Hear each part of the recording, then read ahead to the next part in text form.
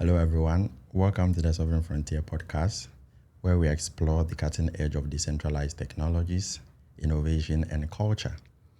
Today, we are diving into the world of Web3 marketing, a realm where traditional strategies are turned on their head and creativity knows no bound. In this episode, we will uncover how marketing in the decentralized space is evolving, the unique challenges it faces, and the innovative tactics being used to capture the hearts and minds of a new generation of digital natives.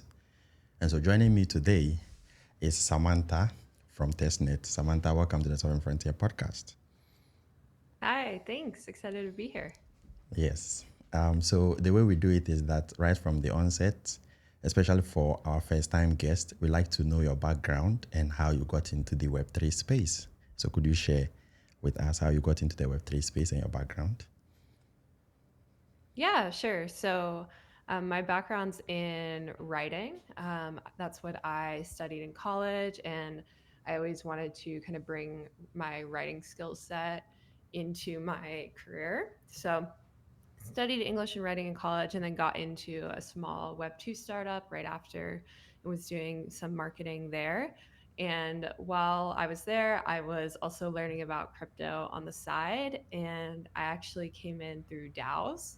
So I was learning about DAOs. I was really interested in the idea of kind of collective ownership and sort of more fluid organizations. And I was just really interested in what DAOs could enable. So I joined Bankless DAO on the side of my Web2 work. And that was a really great opportunity to learn more about the space and to meet a lot of people in the space and to expand my horizons. And that's how we met, Bankless DAO. And I started going full time in Bankless DAO. So I went full time crypto a couple months after joining, was doing the full time DAO life, doing a lot of writing and editing of articles, but also leading some teams, like holding some roles in the DAO, which was really fun. And then I wanted to stay in the DAO space, but kind of take on a new challenge. So I joined Aragon and I was there for 2 years. And Aragon is a DAO framework. So it's a way to kind of hold votes and store assets in a DAO and have membership and stuff like that. So I started working at Aragon, which is pretty awesome. I was there for 2 years doing marketing and writing. And then I wanted to kind of expand my horizons beyond the DAO space since I'd been in DAOs pretty much exclusively for 3 years. So just a few weeks ago, I joined a crypto marketing agency called Scribe, which has been really, really fun. Getting to work on a ton of different clients across the ecosystem. So, really expanding my kind of marketing experience and learning from a lot of OGs in the space, which is super fun. And on the side, I write a weekly marketing newsletter called Testnet. And the concept of Testnet is that crypto native marketing is very experimentation based. It's not like Web 2, where there are kind of set best practices. You kind of just have to figure stuff out as you go. And so the idea is that every week I analyze a crypto brand's marketing experiment. So that's why it's called testnet. We're just testing things out. And that's been really fun so far and gotten to connect with a lot of different people through that. Yeah, definitely. So TechNet currently is one of my favorite Web3 marketing newsletters, by the way. And congrats on joining, is it Script 3 or Scribe 3? It's Scribe. Yeah, Scribe the 3. three is an E. Yeah. It can be kind of confusing, but yeah, it's Scribe. Yeah. All right. And so since I indicated from the beginning, today we are just delving into Web3 marketing. And if Mhm. you are in Web3, there is a saying that I want to start with, and they say that it takes 7 exposures to a product ad before you want to buy it. But after Mhm. 8,743 spam emails for Viagra, I still don't want it. And this is by Erin Palvina. And it's funny because if you are in Web3, chances are you have been bombarded with so much messages at one point, and you might feel this way. So, as a Web3 marketer, would you say Web3 marketing sometimes makes people feel this way? Yeah, so I think that there are some misconceptions around the 7 exposures quote. So you really need to have 7 times that you see a brand in order for it to seem reputable enough for you to want to engage with it or use the product or use the service.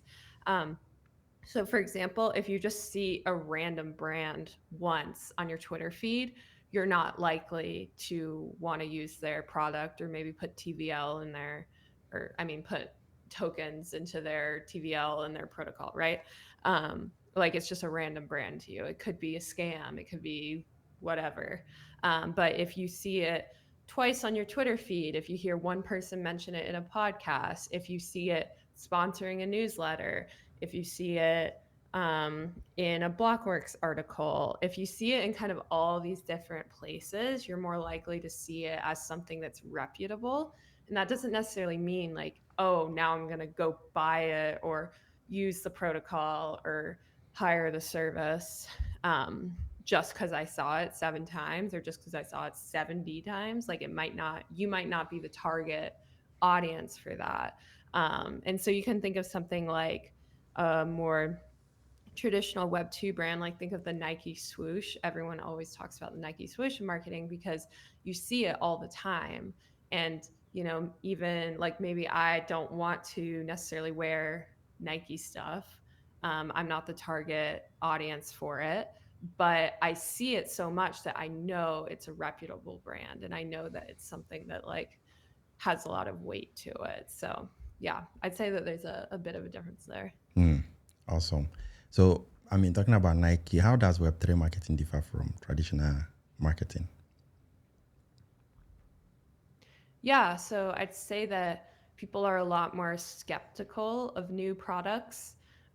There's a lot more because of so many security risks, like especially if you're trying to deposit money into a protocol, like people are a lot more skeptical of that. So Web3 products have this hurdle that they have to get over first. And then Web3 marketing is very early in the fact that there's not a ton of options for following a defined playbook. So that's kind of comes back to the concept of testnet that there's no set playbook. Oh, we have to run 10 Facebook ads for 2 months and we're going to get X number of impressions and clicks if we put this much money for a Facebook ad. Like Web2 marketing is a lot more straightforward and kind of by the book in that way. But then Web3 marketing, you really have to just experiment and play around and see what works with your audience and what works with your brand, because just paying to run ads and to get more SEO keywords, like that's not going to work. You really need to like figure out what your audience wants. So a lot of that can be having a spicy brand voice on Twitter and being like a fun Twitter follow. A lot of that can be having a founder who's a big thought leader in the space, and a lot of people follow that founder. Um, yeah, it is very different in that you really have to experiment to see what works. Yeah, I definitely agree with you there. In terms of, just looking back in time or looking at the past a little bit, how would you say that Web3 marketing has evolved over time? Yeah, so I was actually tweeting about this yesterday because it used to be that you were trying to be as ETH aligned as possible. So, being ETH aligned or Ethereum aligned means that your um, protocol or brand is sort of in crypto for the right reasons. So, you're pro decentralization and trustlessness, and you're trying to kind of um, put crypto out there to improve the world, not necessarily just to make money. But now it seems that things are more about being as unhinged as possible and spicy as possible and funny, and memes and ratioing is like a way bigger deal now than it used to be. So yeah, I'd say it's changed because the competition for attention is seems even more intense than it used to be, and that could partly be because the platforms that we use are inundated with other high attention grabbing things now. Like, it's crypto Twitter has gotten kind of overrun with the American political race right now. I mean, at least my crypto Twitter has. I see so many political things now, and it's so hard for a crypto protocol to compete with like Trump's assassination attempt. Like, that stuff's going to get pushed down. And if you're not kind of trying to ride that narrative wave, and if you're not trying to leverage what's going on currently in the social discourse, you're just going to get bumped to the bottom of the algo. So I think a good example of a company that is riding it really well, and I did a testnet article on this, is Polymarket, because they really have used the election as a way to push up their product and to get more visibility on it, because Polymarket is a prediction market. So you can predict, or you can bet basically money on real world outcomes. So you can bet, is Donald Trump going to win the presidency? And you can put money towards that. Um, and Polymarket has just done such a good job of using the current moment to then also like promote their product. So it's been a tough couple months, or the past like year, I'd say, has generally changed a lot in the crypto marketing space. What's your thoughts on like Super Bowl ads? We saw that with I think FTX. In fact, they had an entire arena and all of that. What's your thought on that? Yeah, I think that if you're trying to run a TV ad, that makes sense for products that are trying to speak to a more retail or just general audience. So centralized exchanges, that makes a ton of sense, because you're trying to speak to this like retail and like wider audience. Like, a centralized exchange like Coinbase, the way that they win is by bringing on more users into crypto, not necessarily by um, getting more of the existing users. They need to bring more to win. But then if you look at something like um, say Barachain, they're a lot more niche, and they're trying to get the current crypto users to use their protocol and to use their test net, and they're not going to play as well with a retail audience because it's complicated, right? Like, you have to use a faucet, you have to have a wallet already set up. It's not super easy to get started there. So it wouldn't make sense for them to like try to reach this mass audience. But then you look at Coinbase, or even something like Polymarket, which is doing a great job of reaching this mass audience. Like, they would want to run an ad like that. But you also have to think about just how expensive those ad placements are and how short of time you get. Like, you're getting 60 seconds for millions of dollars, and it's like, is that really worth it? Yeah, I think the totally agree with a lot of the points that you've made. The evolution of, I think, Web3 marketing has been quite interesting to look at, because if you go back in time when Bitcoin started, it used to be hash hash, right?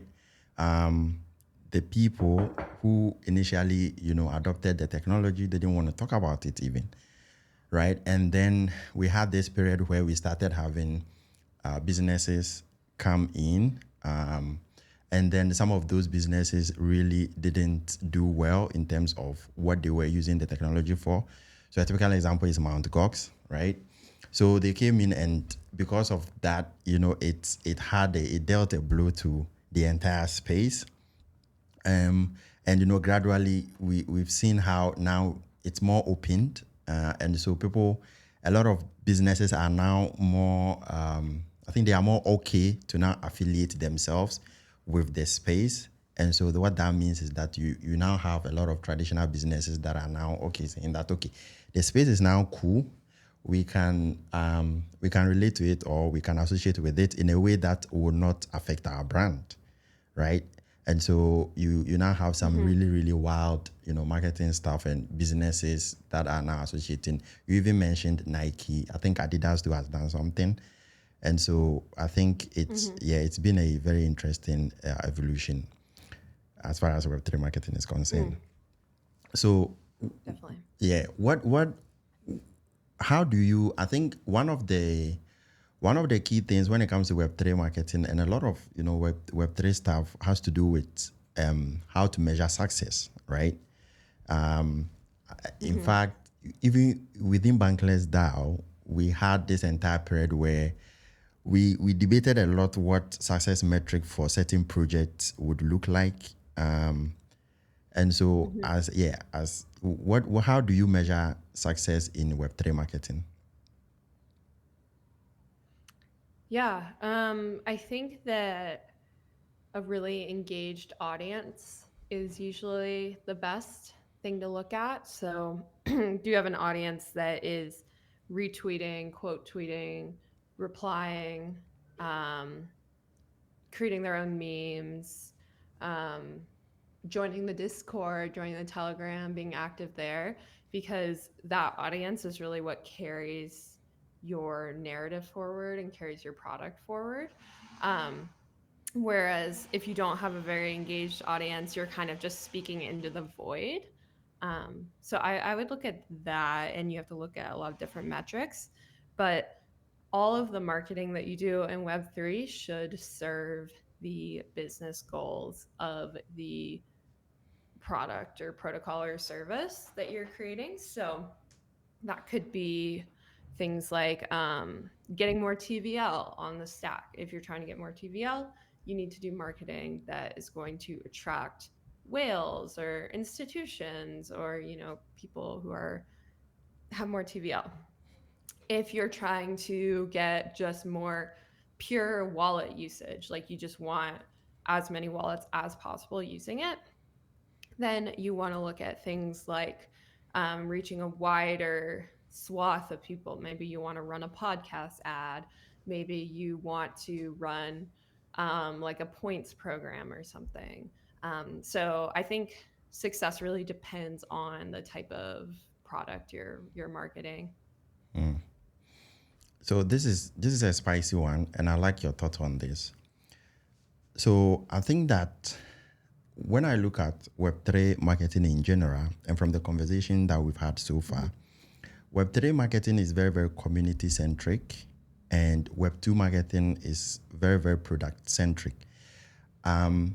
I think that, in fact, recently it's a bit better because some of the project or a lot of the protocols have come to realize that no, we need to focus more on product marketing as opposed to community marketing, because it used to be join our Discord, we have huge number of community, we have a lot of engagement and all of that in detriment, or to some extent in detriment to the product itself.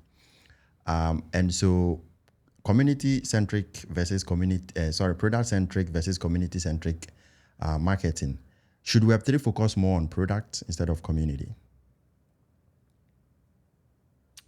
I think it really depends. I think probably more speaking to the community and the audience has been more successful in the past. So, trying to get like a really excited, active user base. But if you're not also balancing that with strong product marketing, maybe then you have a strong community that isn't even really using the product or isn't super well versed in what the product is. But it has seemed to me like the most success recently has been more of a community focus. Okay.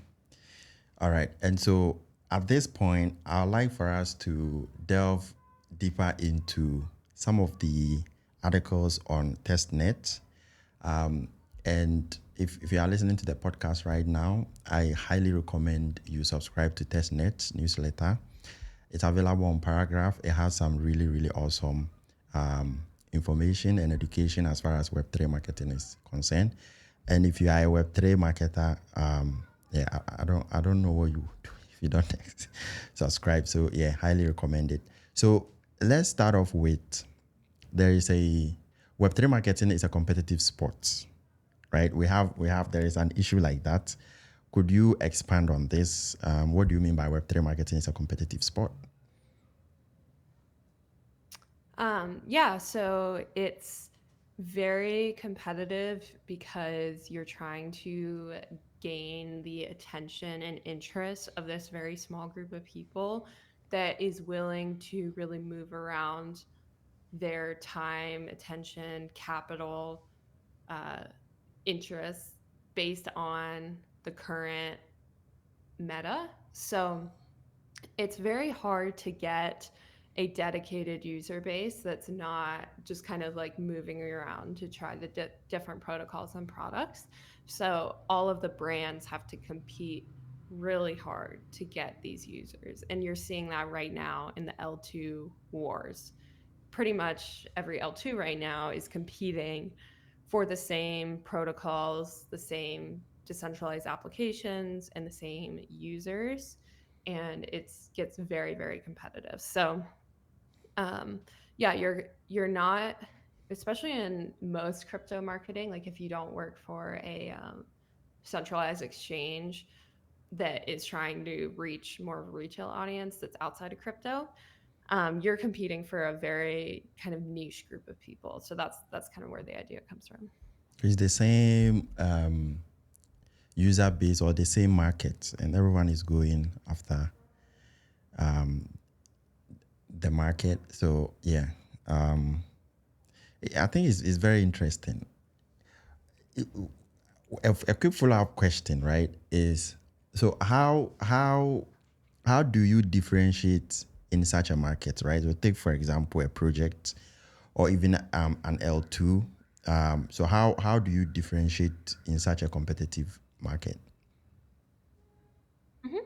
Yeah, I think a big way right now that we're seeing is in the brand voice. So, how the brand presents themselves on socials and in their articles and in their content. We're seeing that brands with a more powerful brand voice, more niche, are doing a lot better than brands that are more basic or trying to be kind of neutral.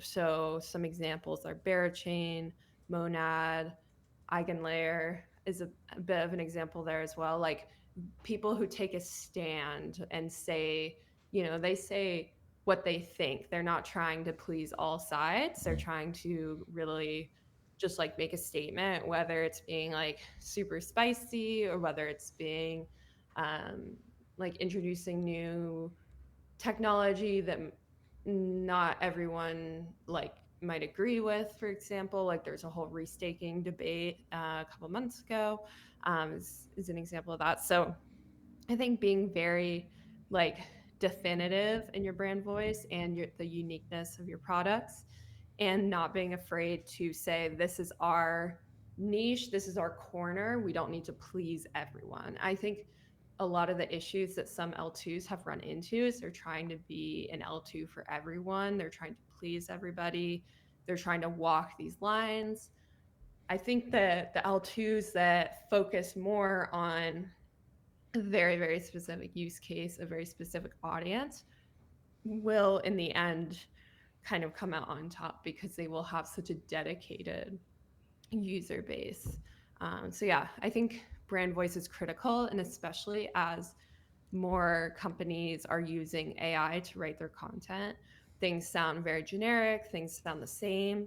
And if you don't have a strong marketing team or marketing agency behind you that's helping you create really unique content, then you're just going to get kind of lost in the washing machine of everything else.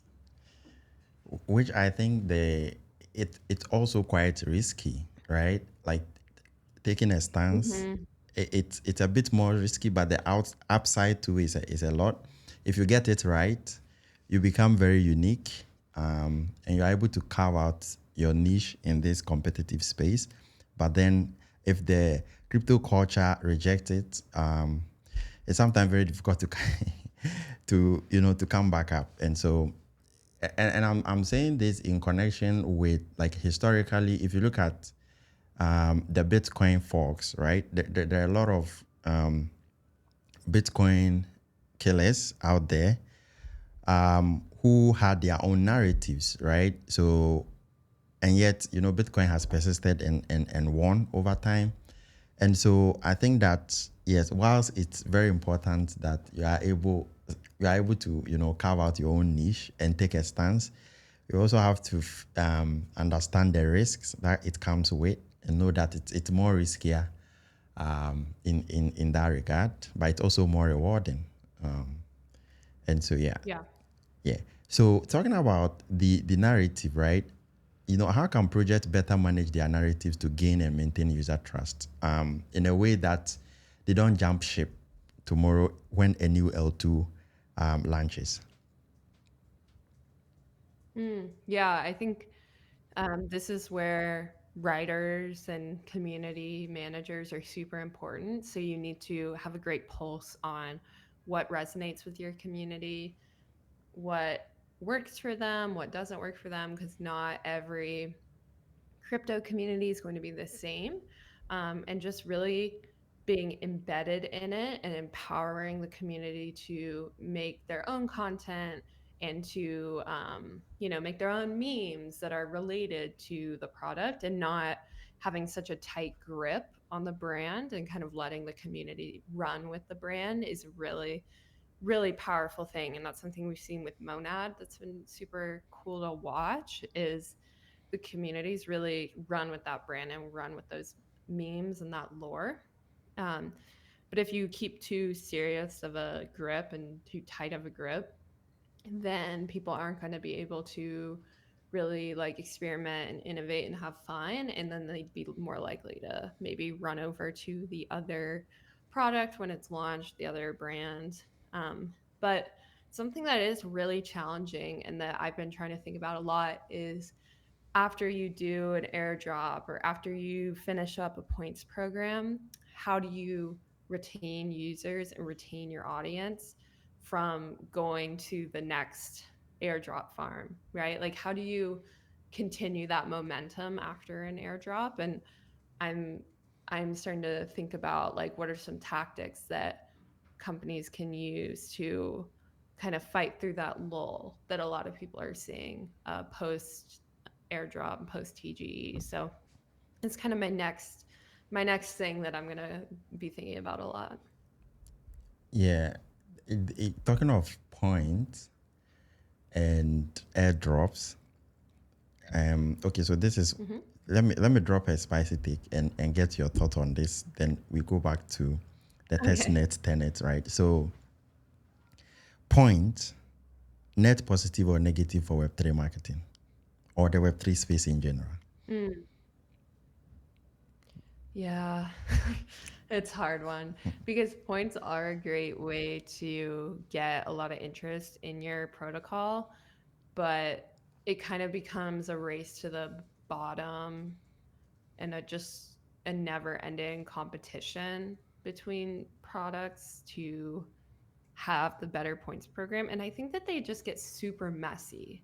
So people are trying to use VPNs to claim stuff. It's not working. People are flying in the US are flying to Mexico City to claim their What? airdrops because the Really? VPNs are banned. Like, crazy things happen.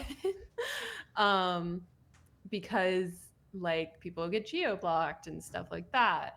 Um, so I think I don't have the best view of some points programs, but I feel like some can be pretty successful for just getting people to use the product and then learn about it, and then they stick around because they like it. It works for them. It provides, whatever yield they like. But I do think that the industry has kind of gotten tired of the points meta and is kind of moving away from it, maybe seeing through it a little bit.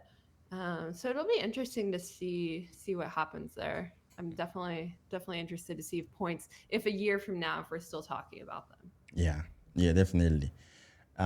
Yeah, there were a couple of protocols that I was using. They had this elaborate point system. They kept dragging it, and eventually, I stopped Mm-hmm. using the projects. It was just too messy. It was just too, I think, excessive gamification, right? Sometimes, I think sometimes some of the appeal or one of the key appeal with regards to airdrops is sometimes when there is a bit of what is the word? Um, uh, what is the word? What is the word? Like a surprise, right? Like surprise. Mm-hmm. Yeah, like when there's an element of surprise in there where you just use the project, and when it drops, sometimes you are surprised and all of that. But then these new protocols have these excessive prolonged point systems, and sometimes you get tired of using them. um there was so the project I'm talking about, I'm not going to mention the name. They had this season one and it finished, then they have season two, it finished. People, users were thinking that, oh, finally we are going to get the token, and then they just come in and announce season 3 points. And everyone is like, no, this is too much milking. I'm milking your users to the Mm-hmm. extreme, right? And so I definitely agree that 1 year from now, it will be interesting if points will still be in the system. Even if they will be in the system, like how would they evolve, right? So, yeah. How did the points evolve, or how will they evolve? Yeah. I mean, like, I'm interested, or yeah, I'm curious to know how they would have to evolve to be relevant in the space, like 1 year from Mm. now. Yeah, I mean, it's hard. Like, you have to really have a product that like resonates with people. I think then that comes down to the product marketing. Yeah. If the points meta is getting worn out, and if you're just kind of becoming irrelevant because of that. But I think pretty much all projects are grappling with this in the space right now and trying to figure out how to stay relevant post airdrop, post TGE. I, I guess Web3 marketers need to study Arbitrum because post airdrop and they are still going Mhm. strong, you know. So, Yeah, that's true. yeah. Yeah. All right. And so the next one, or the next spicy take that I would like to get your thought on, is with regards to tokenomics, right? Um, Mhm.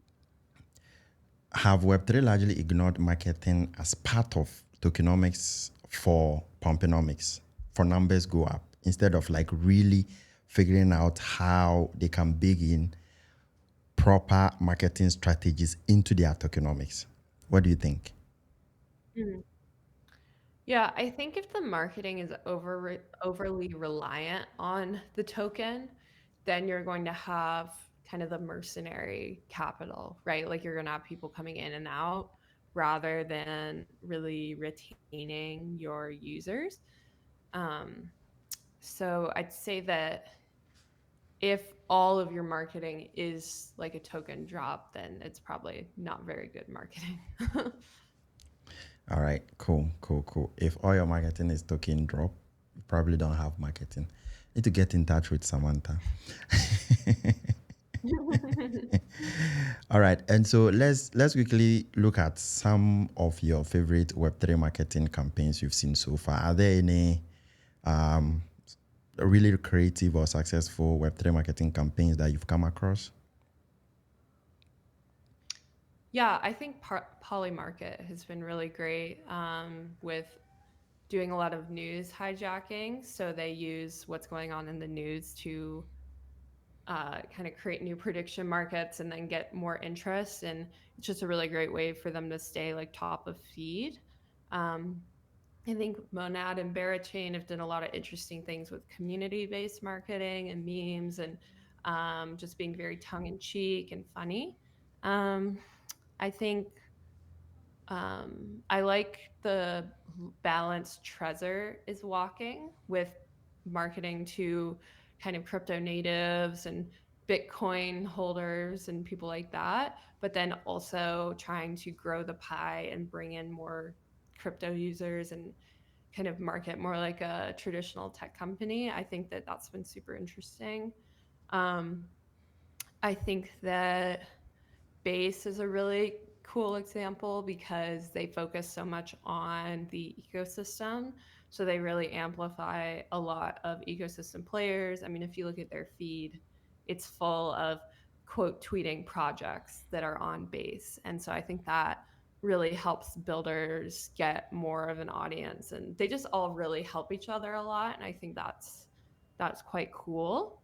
Um, and honestly, a lot of these alt layer ones, or I don't know if we really say alt layer one anymore, but layer ones are doing a lot of interesting messaging work to kind of fit in with the ETH alignment crowd, but then also be different and new. So they'll say they're like Ethereum adjacent or like not even Ethereum compatible, but like all these kind of messaging gymnastics. It's been interesting to watch and then to see how they can place themselves in the market. I'm thinking of like the modular blockchain narratives and all of that is like pretty interesting Mm, to keep up with. And yeah, there's a lot of exciting stuff in the space right now. You have to look. I know that there's been a bit of bearishness around all we're building is infra, but I mean, if you scroll on the base Twitter account, you'll see so many interesting consumer use cases. And I think that, I mean, Blackbird, that was one I did on testnet, is a good consumer use case. Like you can really just, you can find them, you can poke around. mm. I saw a this morning. I saw a conference, an ad or a marketing campaign um, about a Solana conference or on X. Hmm. I don't know if you've seen it. I nearly tagged you in there. It was such a brilliant ad. Very funny too. Nice. Very funny too. Yeah. So yeah, there's a lot of other L1s that are doing cool stuff when it comes to marketing. Yeah. Totally. Yeah, yeah. Hmm. All right. And so, what are some of the worst marketing you've seen in Web3 so far, or marketing Oh, campaigns? I don't want to call anybody out. I don't want to call anybody out.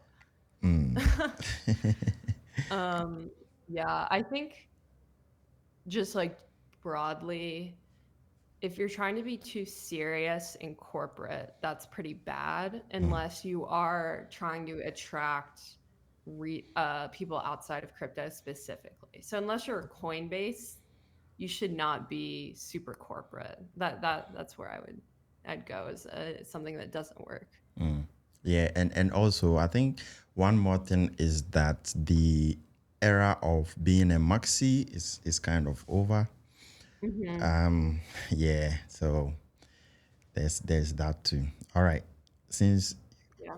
yeah, so could you share with us what are some of the biggest challenges you see in Web3 marketing today, and how can they be overcome? Yeah, I think brands have a hard time finding their brand voice and identifying what is unique and interesting about them as opposed to their competitors. So you see a lot of different sectors of crypto where all the competitors are kind of saying the same thing as each other, and they're not really identifying what makes them different from the other people.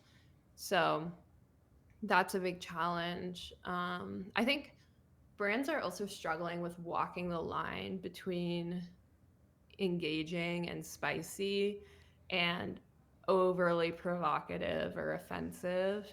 That's hard because in order for content and memes to be kind of in the spicy interesting category, it has to be probably a little provocative or a little offensive. Like it has to hit some nerve, but you don't want to go overboard because you're dealing with a brand account, right?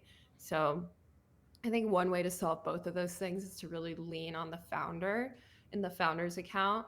I mean, we're seeing announcements coming from not even brand accounts anymore. They're coming from founder accounts.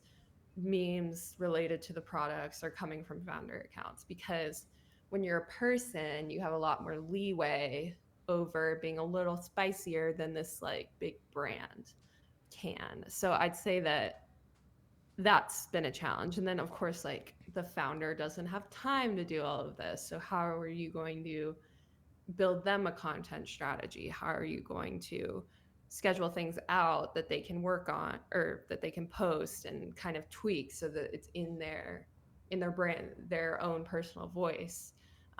That's been a hard thing. I think another part of the account that does the marketing is interns, right? There's been a rise of interns. So you would see a Mm-hmm. project account, there will be the founder account, then but there will also be an intern account. And we've had Mm-hmm. some really awesome marketing from the intern account. So I think that's also something quite interesting. Would Yeah, you? and then the brand and the intern and the founder can all kind of play off of each other, which is Yeah. fun. But I mean, at that point, things are kind of complicated. You're dealing with three different accounts with three different brand voices, three different posting schedules. Like that can get complex for a lot of social and marketing teams. Yeah, yeah. And I think there's been cases where the intern accounts are not even affiliated with the project or the founder, right? Yeah. It's just like a decentralized or Yeah. someone really loves the project and the person just spins up an intern account and start doing all the meme stuff and sharing relevant Hmm. information and updates about the project. So that's also that. Hmm. Yeah. What trends do you think will dominate Web3 marketing in the next 5 to 10 years? A decade from now. Let's think What in decade. trends? I think that, well, I don't know actually. I'm trying to think. Um, I think as the industry matures more, we'll start to see more mature marketing. So marketing teams will track more analytics, they'll track the full funnel, and then they'll get a lot more specific. They're like, are these tweets actually converting? Are these tweets actually doing what we want them to do? Um, so I think maturity with tools, with practices, I think there'll be a lot more like playbooks, kind of like Web2 has, where you know certain things work, certain things don't work. Um, and I think as more people use crypto, then you'll branch out into more kind of traditional marketing tactics, like everything from Google ads to, like you're saying, Super Bowl ads, like getting a little more traditional. I could see that happening. Um, but it would take a lot of user adoption and maturity in the industry for those types of traditional tactics to fly, because crypto natives are very skeptical of those tactics. Um, yeah, it'll be interesting, and I think a lot will depend on how these next couple years go with adoption and regulation, things like that. It'll be interesting to see. Awesome. Yeah. All right. So if you had the psychic powers, or if you were given a psychic ability to Hmm. whisper into the ears of all of the Web3 marketers out there, what a Yeah, statement that you would tell them that they can do so that they can do Web3 marketing, they can get Web3 marketing right. yeah. Okay, I'd say to not take themselves too seriously. Okay. If you overthink things, your content's going to be worse. Okay. The best tweets sometimes come from like 4 minutes of thinking about them. Like you have to left curve it sometimes. Um, I'd also say to not only focus on the brand account, because the founder account can be a huge resource that's very underutilized. Intern accounts, like you brought up, look at these other options. Um, and I'd say just like try things and experiment. Like don't feel like you have to, if you do something once, then it has to be like a weekly thing or something. Like just try stuff and see what works. And a lot of times you're just throwing darts in the dark, trying to hit the board, and it can be hard. And just seeing what other brands are doing that works for them and try to emulate it. Just experimentation would be a big one for me. Awesome. Awesome. All right. So you've used all your psychic powers. So we are back to. All right. And so just a quick one. As someone who has experienced the DAO space and are still in the Web3 space, you would agree with me that it's very chaotic, right? And so Mhm. yes, so what are some things or some hobbies that you have outside of Web3 or that helps you to cope with this chaotic frontier? Yeah.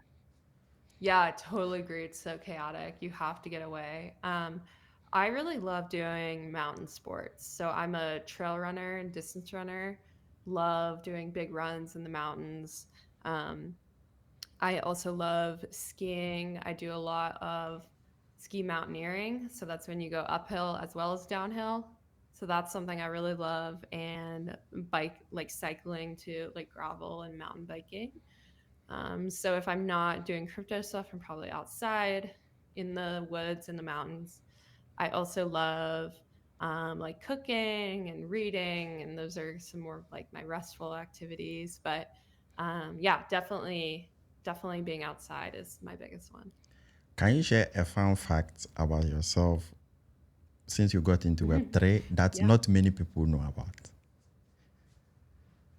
Okay. Um, Yeah, so I my first couple months at Aragon, I was living in a like a converted Sprinter van. Okay. So I was like mobile around. My fiance and I were living in, we had built out a van, so it had like a bed and a little kitchen in it and stuff like that. But I would just like blur my background. And my coworkers didn't know for a couple months. So Wow. yeah, people know now, but and I live in an apartment now. But That's awesome. yeah, That's that would be awesome. mine. Yeah, that's awesome and fun. All right. So any final thoughts you'd like to share before we go? Yeah, I'd just say that let's connect on Twitter, on Testnet. I'm at Samantha J Marin on Twitter. Would love to chat, and also if anyone has like feedback or ideas on Testnet, just DM me at any time. Super open to hearing what people think. All right. Cool, cool, cool. Thank you so much for coming on the podcast. And we are looking forward to all of the awesome things that will come out of testnet. Yeah. And Thank so, you. Yeah, yeah, thanks for having me. This was awesome. yeah, you are welcome. And so, to our viewers, remember none of what we share is financial advice. Make sure you always do your own research. Until the next one, peace out.